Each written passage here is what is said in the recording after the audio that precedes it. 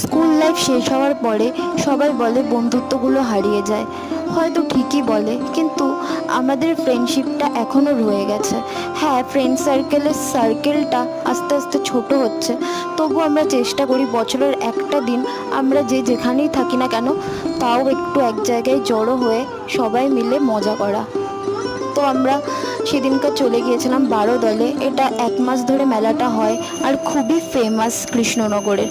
তো আমরা মেলায় গিয়ে যথারীতি যেরকম স্কুলে বিহেভ করতাম সেরকমই বিহেভ করা শুরু করলাম। ওদের কাছে আসলে খুব সিকিওর ফিল করি। তো মেলায় গিয়ে আমরা চুড়ি দেখলাম, অনেক রকম খাবার দাবার খেলাম, আর মেলায় গেলেই তো মেয়েদের কানের দুল, যেটা সব থেকে বেশি অ্যাট্রাক্ট করে মেয়েদের। তো এই সন্ধেটা খুব ভালো কেটেছিল ফ্রেন্ডসদের সাথে। আর তোমরাও কি এরকম ফিল করো যে স্কুল লাইফের friends are the best? Comment below. Bye bye.